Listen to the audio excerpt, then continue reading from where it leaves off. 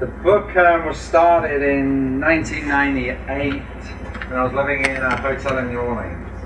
And the impetus of the book was Hurricane George came along. We were a bunch of misfits hanging out in a 24-hour bar, hotel. The idea that everyone was going to leave the city and we were going to left to be in a bar with a full stock of alcohol was just brilliant. So they sandbagged, there was about 12 of us, they put the sandbags on the outside, we had some sandbags on the inside, and about 6 hours into it, all the lights went out. Still no problem, you know, we still had plenty of booze and whatnot and candles. And then by about the 12th hour, the plastic tables started moving around and the plastic chairs started moving around, and we were all looking around at each other, and no one really liked each other. You know, it was pretty clear that we wanted out then. And so we went to our different rooms and upstairs, and we stayed there, and I could hear people's voices from the different rooms, and that's when I kind of started writing the book. And then in a few years later, some life changes happened, and I moved into the French Quarter, kind of cleaned up a little bit, and put the book down. Didn't even think about it. And then in 2005, we're all familiar what happened in New Orleans. Katrina hit, and we were on vacation in Maine. We stopped back at our cousin's house in Newburyport, which is on the coast between Maine and Massachusetts. My cousin's a writer. He told me to go into he had like an entertainment room, put my wife and son to bed, went into the entertainment room, had a big screen, clicked on the TV, and there's Geraldo screaming to America for help. Down in New Orleans, and I started writing that night and came to finish the book. From there I started rewriting the book then. We lost our home, ended up in upstate New York, not too far from here, and that's where I finished this book, which is one of the beautiful things of why we wanted to kick off reading in America here.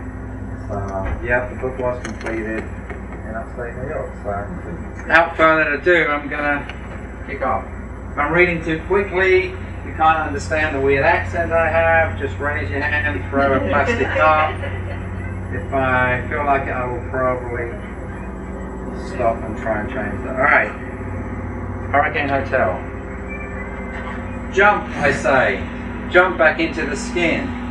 And here we are all here again, the start and the finish, the yin and the yang, all meshed into one. Wearing a pair of airwalk shoes with stretched out soles and neon stripes, torn by glass shards from kicking in the window of the Hurricane Hotel. That soggy confetti you can see sticking to my ribs as I stumble in the middle of the old dance floor, littered with the debris of a grand finale, armed with the craving for just one more.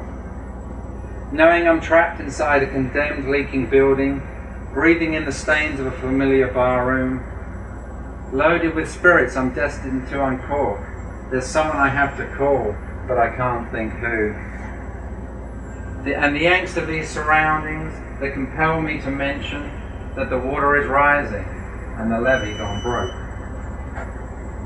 So don't pester me now if my thoughts seem despicably scattered as I wobble on tippy-toe, unable to stay dry. Chances are they are. Nevertheless, and straight off the bat, from topless bar to bottomless dance floor, in the moments of movement licking up the last dregs, I make no apologies, for I am merely the messenger. A grubby soul who has swallowed mouthfuls of vows and taken an oath with what's left of my word, to say a few words for all the guts that were spilled and all the brains dislodged in the sleaziest hotel on the prettiest avenue. At least that's what the locals often called her. And for several years she called me home, along with a cacophony of like-minded fiends and fragile specimens whose splintered circumstances cannibalized us into the homeless and the deserted. the slipping and the drunk, the spat out and the stuck, the shell-shocked and the homeless, slipping in through the cracks of 24/7. Every one of us kings for a day and queens for a night. Sure, everything wasn't the perfect everything all of most of the time, but can you tell me in whispers what is?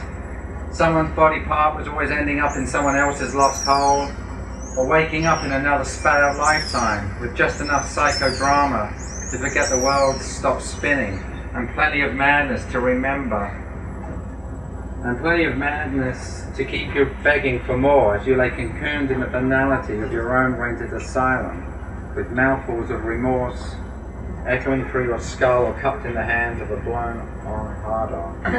Excuse me a sec, I gotta go pee. There you go. Before my mind slips back into a sticky wet substance covered in a mosaic of Mardi Gras beads, a mural of sorts stretched over a 50-foot bar top that ruinously doubled up as a trashed-out runway for 4 a.m. hookers, offering a much-needed sanctuary to 1,000 crooked pairs of bloodshot eyes. The Garden of Unearthly Delights, the local press did call it, with its cartoon portraits of the denizens who crawled in there, sporting perfumed wigs in Teletubby costumes, with blown-up lips, sacrilegiously stuffed into day-glow dildos and cruise control strap-ons. A multi-denominational malady of ramshackle poses and cracked-out mirrors, mimicking loose facts and bottled-up screams. Castaways who had lost their island as they snorted away 1,000,000 dime bags filled with lifelong dreams.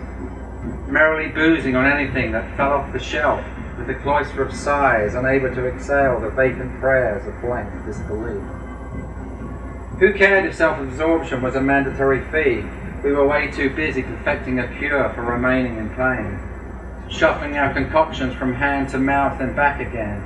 Every one of us a doctor, doubling the dosage until the script was refilled or flushed in paranoia down the blocked-up bowels of busted-up commodes.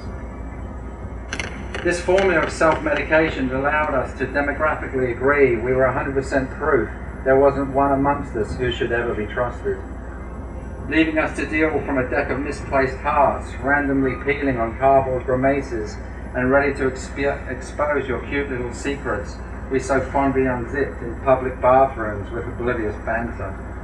After all, pimping ourselves meant steady employment and the chance to escape from the lurking shadows of time.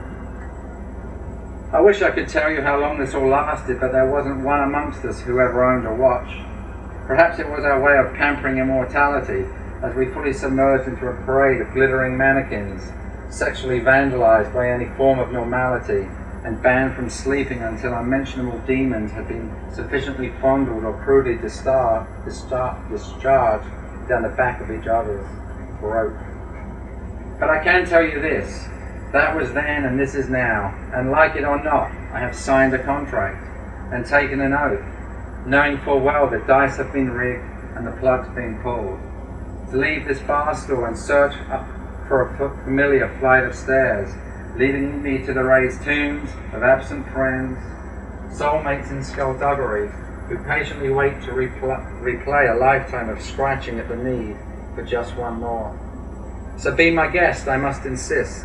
Go right on in and jump, my friend. Jump back into the skin. That's the intro, Dutch. You can all leave now if that was just too much.